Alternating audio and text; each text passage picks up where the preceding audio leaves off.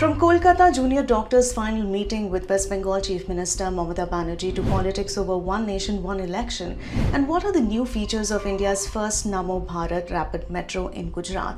Let's get you all the big stories of the day in this news wrap. Hi, I'm Charulata Biswas and you're watching the Indian Express. Let's get you started.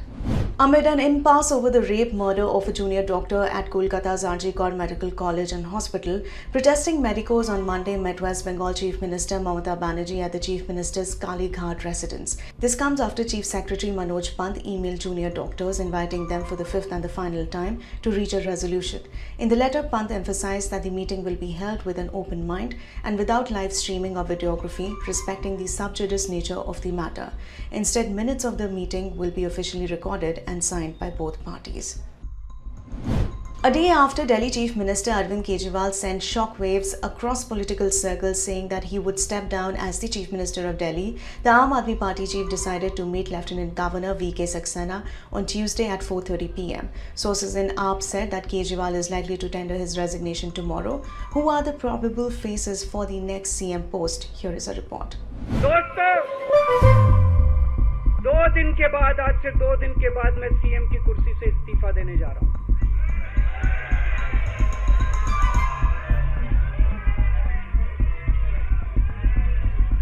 और मैं तब तक CM की कुर्सी पे नहीं बैठूंगा जब तक जनता अपना फैसला ना सुना दे। AAP Supremo Arvind Kejriwal has announced that he will resign as the Chief Minister of Delhi within the next 2 days. This decision follows his recent release on bail from Tihar jail in the excise policy case. Kejriwal stated that he will not return to the Chief Minister's chair until he receives a certificate of honesty from the public. He plans to hold a meeting with AAP MLAs shortly and a party leader will be appointed as the new Chief Minister in his stead.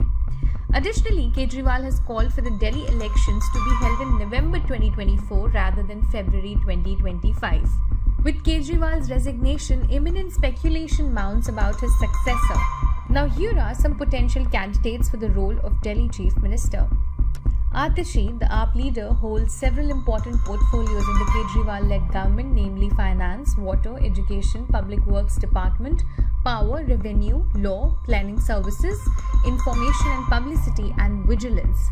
Atishi now oversees 14 portfolios, which is the highest number of departments a minister holds in the Delhi government right now. Atishi's importance can be gauged from the fact that Kejriwal had suggested her to hoist the national flag in a letter to the Delhi LG V.K. Saxena.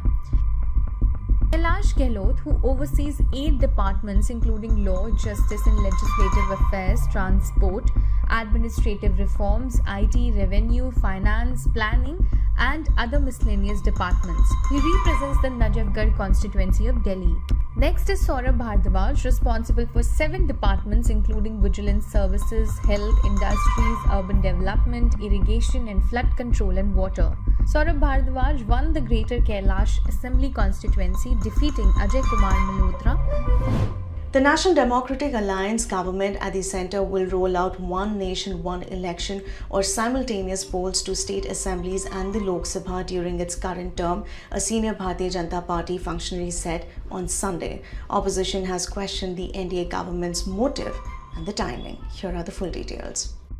Despite the BJP being in a minority, the NDA government will implement one nation, one election in its current tenure, a top government functionary said on Sunday. The functionary said that there is no area where the NDA government, which completed 100 days of its third term on Sunday, has not taken policy decisions to continue the work it had initiated 10 years ago. The official said, and I quote, whether it is defense, space, external and home affairs, education, Digital India and making India a manufacturing hub, spending 11 lakh crore annually on building infrastructure, Mahila Yuva Garib Kisan, we are continuing with and taking forward the work that was started in 2014. Even our foreign policy has a reed ki haddi as in backbone today, which it didn't have under the previous governments. Since Prime Minister Narendra Modi has been advocating for one nation, one election, holding elections to Lok Sabha, all state legislative assemblies and urban and rural local bodies at the same time. In his latest Independence Day address too, he made a strong pitch for it, contending that frequent polls were creating hurdles in the country's progress. A high-level committee headed by former President Ramnath Kovind in March this year recommended simultaneous elections for the Lok Sabha and state assemblies as the first step, followed by synchronized local body polls within 100 days. This requires a constitutional amendment, but as a first step to hold the Lok Sabha and state elections together, a ratification by states will not be required for the amendment. In the second step, elections to municipalities and the panchayats will be synchronized with elections to Lok Sabha and assemblies in such a way that local body elections are held within 100 days of the elections to Lok Sabha and assemblies. This will require ratification by not less than one half of the states. The source said the government had started preparations for conducting the census, but a decision is yet to be taken on including a column on caste. The process will begin soon, he said. The census was not conducted in 2020 due to COVID-19 pandemic. And Prime Minister Narendra Modi flagged off India's first Vande Metro services to be renamed as Namo Bharat Rapid Rail between Bhuj and Ahmedabad. What is special in this new metro? Let's check the details in our report. Prime Minister Narendra Modi arrived in Ahmedabad, where he flagged off India's first Vande Metro service between Bhuj and Ahmedabad along with other Vande Bharat trains on Monday. Hours ahead of the inauguration, the Railway Ministry renamed the metro to Namo Bharat Rapid Rail. In an update on X, formerly known as Twitter, Western Railways said that the Vande Metro service is envisioned to redefine intercity commuting in the country. Described as a leap forward in commuter comfort and a catalyst for economic growth in Kutch, the Vande Metro promises to drive job creation and boost local tourism. Now here's all you need to know about the new Vande Metro. The Vande Metro services from Ahmedabad to Bhuj will begin on September 17, while that from Bhuj to Ahmedabad will start on September 18. According to Western Railways, the metro will depart from Ahmedabad at 17:30 hours every day except Saturday and arrive at Bhuj at 23:10 hours on the same day. The Bhuj-Ahmedabad Vande Metro will depart from Bhuj at 5:05 hours every day except Sunday and arrive at Ahmedabad at 10:50 hours on the same day. The trains will halt at 9 stations in the two directions and the total journey will cost 455 rupees according to a report in the Indian Express.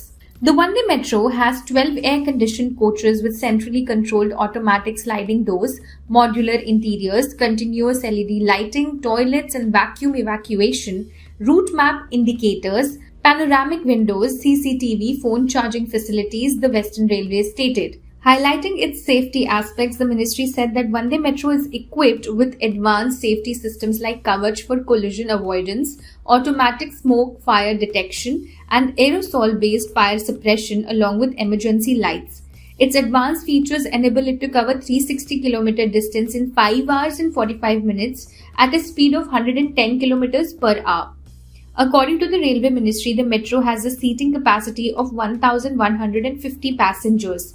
In terms of accessibility, according to the ministry, the metro has been designed with inclusivity features such as Divyangjan-friendly toilets and a fully sealed flexible gangway and meal services among others.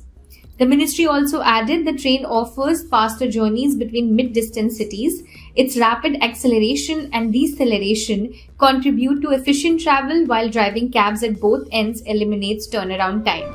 Now moving on to election updates. Just 2 days ahead of the first phase of assembly elections in Jammu and Kashmir, the Congress party launched its manifesto on Monday. In the meantime, Union Home Minister Amit Shah held 3 consecutive rallies in JNK's Ramban, Kishtwar and Padda Nagseni. Meanwhile, the Awami Ittihad party, led by Lok Sabha MP Sheikh Abdul Rashid, also known as Engineer Rashid, has entered into a strategic alliance with former members of the banned Jamaat-e-Islami ahead of the upcoming Jammu and Kashmir assembly elections.